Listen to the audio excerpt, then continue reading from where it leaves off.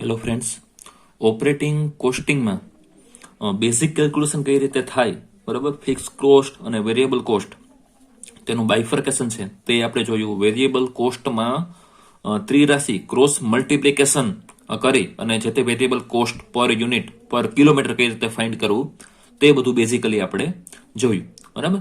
હવે એક બીજો મેઇન પોઈન્ટ આ ચેપ્ટરમાં આપણે જે ટન કિલોમીટર અથવા તો પેસેન્જર કિલોમીટરનું કેલ્ક્યુલેશન કઈ રીતે થાય, બેઝિક આપણે જોયું છે કે કઈ રીતે થાય, પણ અલગ અલગ ટાઈપના વેરાયટીમાં જે સમમાં પૂછે છે કે આવી રીતે અલગ અલગ રીતે કિલોમીટર આપેલા હોય તો તેનું કેલ્ક્યુલેશન કઈ રીતે કરવું તે આપણે જોઈએ, બરાબર. ઇમ્પોર્ટન્ટ આપણે જે રીતના પૂછાય છે એક્ઝામમાં સમ, તો તે બધાનું કેલ્ક્યુલેશન જ આપણે જોશું કે એ ટાઈપના સમ છે તે પૂછાય છે. પેજ નંબર 251 ઉપર 6 ઇલ્યુસ્ટ્રેશન છે તે આપણને આપેલું છે. થોડુંક અલગથી કિલોમીટરનું કેલ્ક્યુલેશન અહીંયા કરવાનું થાય. અહીંયા શું કીધું? 10 બસીસ બ્રેકેટમાં 90% capacity occupy in a trip, બરાબર. ટોટલ અહીંયા આપણે કીધું છે કે Anu transport company possesses fleet of 15 buses. Total એની પાસે 15 બસ છે. 15 માંથી 10 બસ છે તે 90% એની કેપેસિટી ઓક્યુપાય થયેલી હોય છે, બરાબર. અને 5 બસ છે તેની કેપેસિટી 75% ઓક્યુપાય કેપેસિટી છે. તો આ બંને બસનું ટોટલ 15 છે, પણ 10નું અને 5નું બંનેનું અલગ અલગ કેલ્ક્યુલેશન છે તે કરવું પડે, કારણ કે બેની કેપેસિટી 90% અને 75%માં અહીંયા ફરક પડી જાય છે, બરાબર. તો બંનેના અલગ અલગ કિલોમીટર ફાઇન્ડ કરીએ અને પછી બેનો ટોટલ કરીએ તો આપણને ટોટલ કિલોમીટર છે તે મળે, passenger kilometre.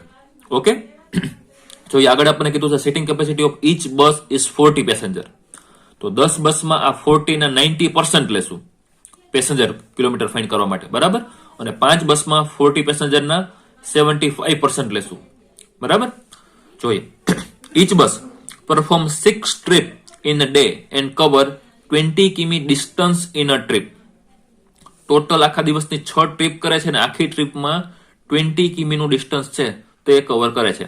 Buses operate for 25 days in a month. Okay, તો એટલી જે ઇન્ફોર્મેશન આપેલી છે એના ઉપરથી આપણે પેસેન્જર કિલોમીટર કઈ રીતે ફાઇન્ડ થાય તે જોઈએ. તો પાછળ અહીંયા આપણને કેલ્ક્યુલેશન છે તે આપેલું છે. ફર્સ્ટ ઓફ ઓલ ડિસ્ટન્સ, બરાબર. નોર્મલી આપણે મલ્ટીપ્લાય બાય 2 કરતા, પણ અહીંયા નથી કરતા. શા માટે? કારણ કે ટોટલ આખી ટ્રીપનું ડિસ્ટન્સ એ 20 કિલોમીટર આપેલું છે, બરાબર. ઇટ મીન્સ કે ટોટલ ડિસ્ટન્સ 20 કિલોમીટર એ કવર કરે છે આખી 6 ટ્રીપનું, બરાબર. એટલે મલ્ટીપ્લાય બાય 2 અહીંયા કરતા નથી. આ ખાસ ધ્યાનમાં રાખવાનું છે, બરાબર. દર વખતે મલ્ટીપ્લાય બાય 2 કરવાનું. આપણે કીધું કે એક જગ્યાએથી બીજી જગ્યાએ જાય છે એનું ડિસ્ટન્સ 10 કિલોમીટર છે અને પાછી આવે છે તો 10 મલ્ટીપ્લાય બાય 2 કરીને 20 થાય.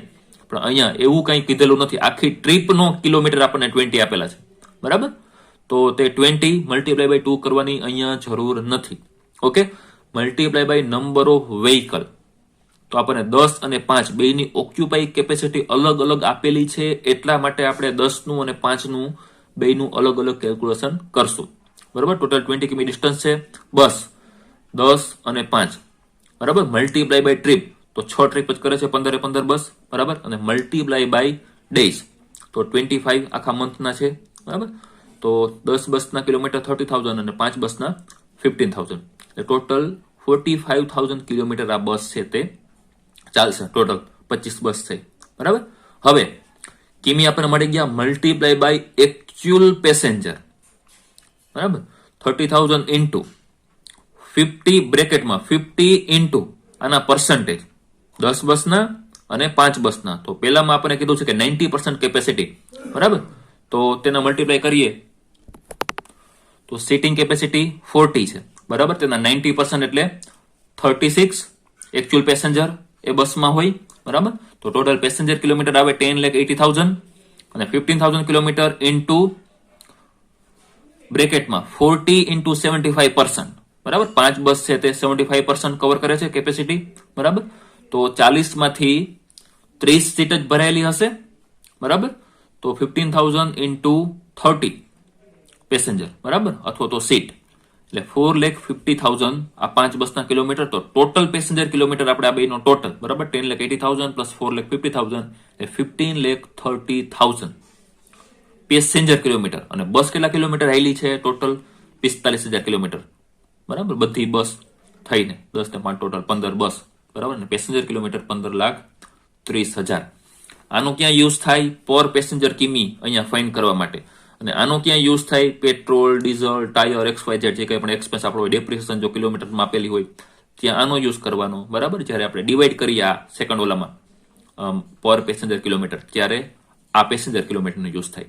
ઓકે, બીજું જોઈએ. 7th સમ છે, તેમાં આપણને ડિટેલ આ બધી છે તે આપેલી છે. Possible working days 26, actual working days 22, journey perform 880, directly 880 છે આપણને જર્નીના કિલોમીટર આપેલા છે, તો કિલોમીટર ફાઇન્ડ કરવાની જરૂર નથી, ડાયરેક્ટલી આપેલું જ છે, બરાબર. Number of trip 33, quantity transport in ton, અત્યાર સુધી આપણે પેસેન્જર કિલોમીટર ફાઇન્ડ કરતા, બરાબર. હવે ટન કિલોમીટર છે તે ફાઇન્ડ કરશું, બરાબર. જો પેસેન્જરને લઈ જતા હોય તો પેસેન્જર કિલોમીટર, જો કંઈ ગુડ્સ લઈ જતા હોય, બરાબર, તો તેને ટનમાં કરવાનું, કેલ્ક્યુલેશન કરવાનું થાય. તો 330, બરાબર. ટોટલ આ કિલોમીટર, ટ્રીપ આપેલી છે, ક્વોન્ટિટી આપણે ટ્રાન્સપોર્ટ કરીએ છીએ total 330, annual estimated working days 275, આ રીતે આપણને આપેલું છે. તો ટન કિલોમીટર કઈ રીતે ફાઇન્ડ થાય તે જોઈએ. 330 ટોટલ આપણે કરીએ છીએ ટ્રાન્સપોર્ટ 330, બરાબર. અને ટોટલ ટ્રીપ કેટલી? 33. તો પર ટ્રીપ, એક ટ્રીપમાં આપણે કેટલા ટન કિલોમીટર ટ્રાન્સપોર્ટ કરતા હશું? 10 ટન કિલોમીટર, સોરી 10 ટન, બરાબર. ટોટલ 330 ટન આપણે ટ્રાન્સફર કર્યા, બરાબર. અને ટ્રીપ આપણે ટોટલ 33 કરેલી છે, તો એક ટ્રીપમાં કેટલા ટ્રાન્સપોર્ટ કર્યા હોય? 10 ટન, બરાબર. હવે ટોટલ કિમી ટ્રાવેલ ડ્યુરિંગ મંથ 880 આપણને આપેલા જ છે, બરાબર. તો ટન કિલોમીટર માટે ટોટલ કિમી મલ્ટીપ્લાય બાય ટન, 880 કિલોમીટર ગાડી હાલે છે, આપણને સમમાં આપેલું છે. આ કિલોમીટર આપણે ફાઇન્ડ કરેલા નથી, ક્વેશ્ચનમાં છે જ. મલ્ટીપ્લાય બાય 10, તો 8,800 ટન કિમી છે તે થાય. ઓકે, ડાયરેક્ટલી 880 આપણને આપેલા છે, આનું કેલ્ક્યુલેશન આપણે કરેલું નથી, બરાબર. પર ટ્રીપ કેટલા ટન ટ્રાન્સફર કરશું? પર ટ્રીપ 10 ટન અને 880 કિલોમીટર છે તે ગાડી હાલે છે, બરાબર. તો 880 ઇન્ટુ ટન જેટલા, તો 8,800 ટોટલ ટન આપણે ટ્રાન્સપોર્ટ કરશું, બરાબર. તો આ સમમાં જેમ આપણે પેસેન્જર કિલોમીટર છે તેનાથી ડિવાઈડ કરતા, તો અહીંયા આપણે ટન કિલોમીટરથી જે વેરિયેબલ એક્સપેન્સ છે અથવા તો ફિક્સ ટોટલ જે આવે એને આપણે ડિવાઈડ કરવાના થાય. ઓકે, હવે સમ નંબર 9, રજિસ્ટ્રેશન નંબર 9, એમાં આપણે કીધું one truck owner has a truck having capacity of 5 ton goods. ટ્રકની કેપેસિટી 5 ટન છે, બરાબર. Truck carries and bring goods at a city at the distance of 80 kilometers. Truck carry goods of full capacity on outward journey. Full capacity means 100%. બરાબર. Truck જ્યારે જાય છે ત્યારે 100% પૂરેપૂરો ભરેલો હોય છે. and carries 25% goods of capacity on inward, એટલે કે રિટર્ન જર્ની, બરાબર. તો ટ્રક જાય ત્યારે 100% કેપેસિટી, 100% આખો ભરેલો હોય, અને પાછો રિટર્ન આવે ત્યારે 25% ભરાયેલો હોય, બરાબર. તો તેની ઓક્યુપાઈ કેપેસિટી અલગ અલગ થઈ.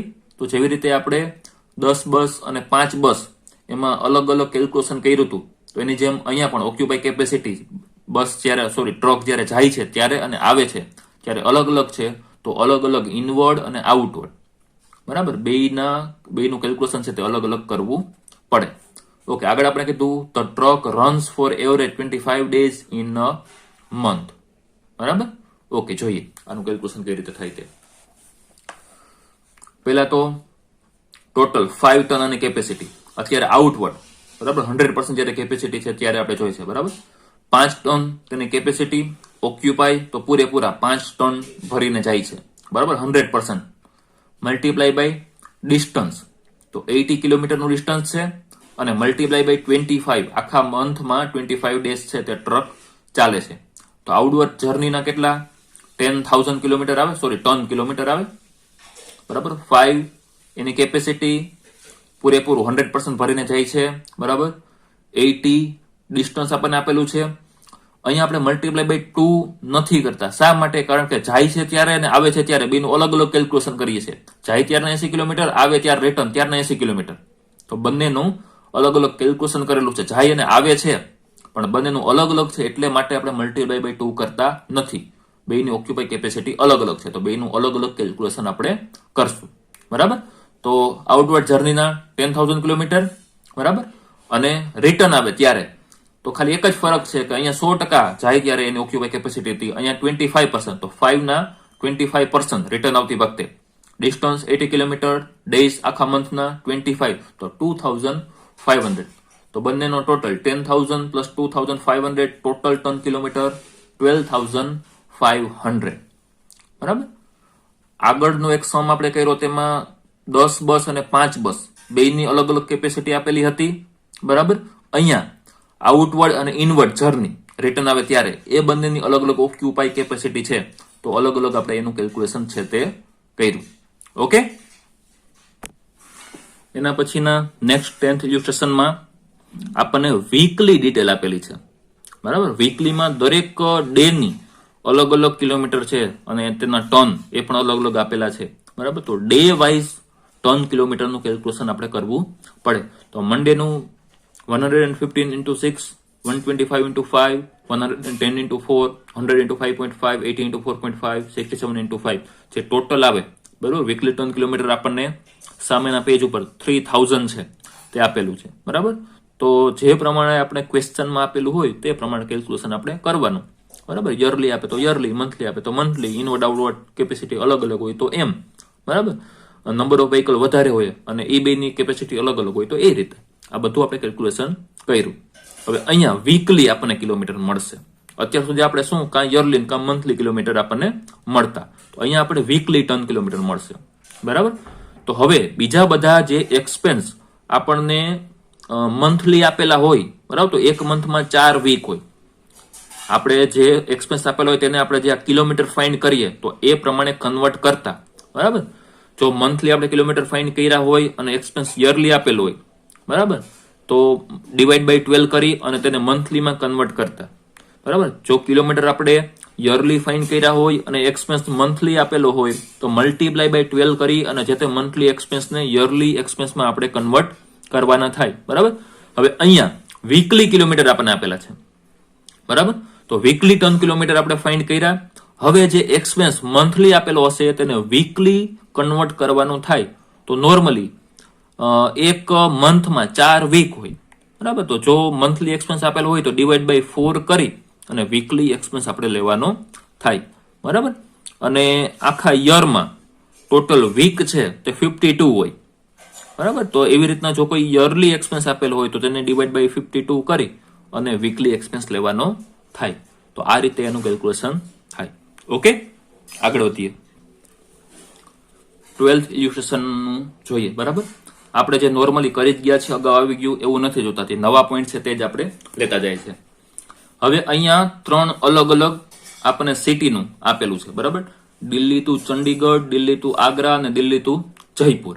બધાની અલગ અલગ ડિટેલ છે, તો બધાનું અલગ અલગ કેલ્ક્યુલેશન 3 એનું આપણે કરવાનું થાય. Delhi to Chandigarh and back એટલે કે રાઉન્ડ ટ્રીપ થઈ. બરાબર? તો દિલ્હીથી ચંડીગઢ જાય છે અને પાછું આવે છે સેમ ડે માં, એ જ દિવસે. બરાબર? તો મલ્ટીપ્લાય બાય 2 આપણે કરશું. ડિસ્ટન્સ કવર 150 કિમી વન વે એટલે કે દિલ્હીથી ચંડીગઢનું ડિસ્ટન્સ જ 150 છે, તો પાછી રિટર્ન આવે તો મલ્ટીપ્લાય બાય 2 કરવા પડે ને. બરાબર? Okay. Number of days run each month, તો 8 months. બરાબર? નંબર ઓફ ડેઝ 8 days આખા મંથમાં આ બસ છે તો દિલ્હીથી ચંડીગઢ 8 દિવસ જાય છે. બરાબર? સીટિંગ કેપેસિટી 90% આપેલી છે, તો એ તો આપણે પેલા કિલોમીટર મળે પછી આપણે એની જે સીટ કેપેસિટી હોય એને મલ્ટીપ્લાય બાય 90 કરીએ તો આપણને એ પેસેન્જરનું મળે. બરાબર? Occupy capacity. Delhi to Agra and back same day, distance 120 one way નું, તો મલ્ટીપ્લાય બાય 2 કરીએ તો 240 છે તે થાય. બરાબર? Number of days run each month, આખા મહિનામાં 10 દિવસ છે તે દિલ્હીથી આગ્રા જાય છે. બરાબર? અને સીટિંગ કેપેસિટી 85% આપેલી છે. Delhi to Jaipur and back same day 270 કિમી વન વે ના, તો મલ્ટીપ્લાય બાય 2 કરીએ તો રાઉન્ડ ટ્રીપ નું આખું મળે. આખા મહિનાના દિવસ 6, બરાબર, દિલ્હીથી જયપુર જાય છે અને સિટિંગ કેપેસિટી તેની 100% છે. બરાબર, ઓકે. હવે સાવ નીચે અહીંયા આપણને છેલ્લે કીધું છે seating capacity of the bus 50%. બરાબર, તો ત્રણેય અલગ અલગ દિલ્હીથી જ બસ ઉપડે છે, પણ અલગ અલગ આપણે ચંડીગઢ, આગ્રા અને જયપુર છે તે જાય છે, તો એના કિલોમીટર ને બધું અલગ અલગ આપેલું છે. તો ત્રણનું અલગથી કેલ્ક્યુલેશન કરવું પડે. સામેના પેજ ઉપર આપણે કેલ્ક્યુલેશન આપેલું છે, જોઈએ. First of all Delhi to Agra distance 150. અહીંયા ટ્રીપ આપેલું છે, ટ્રીપ નહીં પણ પાછું રાઉન્ડ બેક આવે છે. બરાબર, રાઉન્ડ ટ્રીપ છે તો મલ્ટીપ્લાય બાય 2 કરવા પડે, તે અગાઉ આપણે વાત કરી. ડેઝ 8, તો total 2400 kilometre Delhi to Chandigarh. બરાબર, Delhi to Agra kilometre 120, return પાછી આવે તો મલ્ટીપ્લાય બાય 2 કરવા પડે.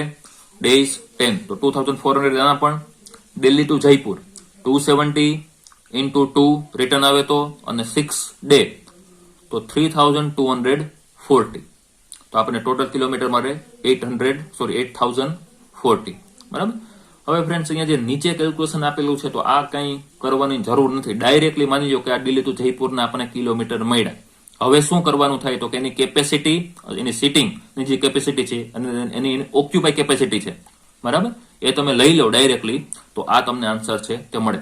અહીંયા શું કરવાનું થાય, દિલ્હી ટુ ચંડીગઢમાં જોઈએ 2400 કિલોમીટર આપણને મળેલા છે. સિટિંગ કેપેસિટી 50% છે, બરાબર, અને ઓક્યુપાય કેપેસિટી આપણને આપેલી છે 90. બરાબર, તો 50 ઇન્ટુ 90% જે આન્સર આવે તેને તમે 2400 થી મલ્ટીપ્લાય કરો એટલે આપણને 1,08,000 પેસેન્જર કિલોમીટર છે તે મળે. બરાબર, અહીંયા પાછું અલગથી બધું કેલ્ક્યુલેશન આપેલું છે, તો આ કંઈ કરવાની જરૂર નથી. આપણે નોર્મલી જે પ્રમાણે કરીએ છીએ. બરાબર, કિલોમીટર મળી ગયા, હવે તેને સિટિંગ ઓક્યુપાય કેપેસિટીથી મલ્ટીપ્લાય કરી દો એટલે ડાયરેક્ટલી પેસેન્જર કિલોમીટર આપણને મળે.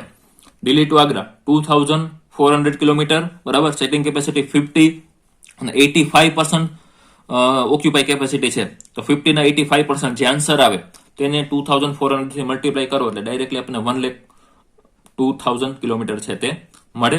બરાબર, અને દિલ્હી ટુ જયપુરમાં 3240, બરાબર, મલ્ટીપ્લાય બાય 50 ના 100% છે તો 50 ના 50, બરાબર, તો 50 થી મલ્ટીપ્લાય કરવાને એટલે આપણને 1,62,000 પેસેન્જર કિલોમીટર મળે. તો ટોટલ પેસેન્જર કિલોમીટર આપણા 3,72,000 આ આન્સર આપણને મળે. બરાબર, બુકમાં આપણને થોડું અલગથી કેલ્ક્યુલેશન આપેલું છે, પણ એ કંઈ લેન્ધી કેલ્ક્યુલેશન કરવાની જરૂર નથી. આપણે દર વખતે જે પ્રમાણે કરીએ છીએ તો એ પ્રમાણે રૂટીન કેલ્ક્યુલેશન કરો તો પેસેન્જર કિલોમીટર આપણને મળી જાય. ઓકે, તો ફ્રેન્ડ્સ આ પ્રમાણે અલગ અલગ પેસેન્જર કિલોમીટર અથવા તો ટન કિલોમીટર ફાઇન કરવા માટે આપણને સિચ્યુએશન આપેલી હોય તો આ પ્રમાણે આ બધાનું કેલ્ક્યુલેશન છે તે થાય. બરાબર, બાકી આપણે ક્રોસ મલ્ટીપ્લિકેશન કઈ રીતે અલગ અલગ જે આપણને એક્સપેન્સ આપેલો હોય તેનું લેવું કિલોમીટર વાઇઝ, બરાબર, અથવા તો બીજું જે કંઈ પણ આપણે ક્વેશ્ચનમાં ડિટેલ આપેલી હોય તો તેનું ક્રોસ મલ્ટીપ્લિકેશન કઈ રીતે કરવું, બરાબર, તો એ આપણે જોઈ ગયા. બરાબર, ઓકે, બીજો કંઈ તમને ક્વેશ્ચન હોય તો પૂછજો. Thank you.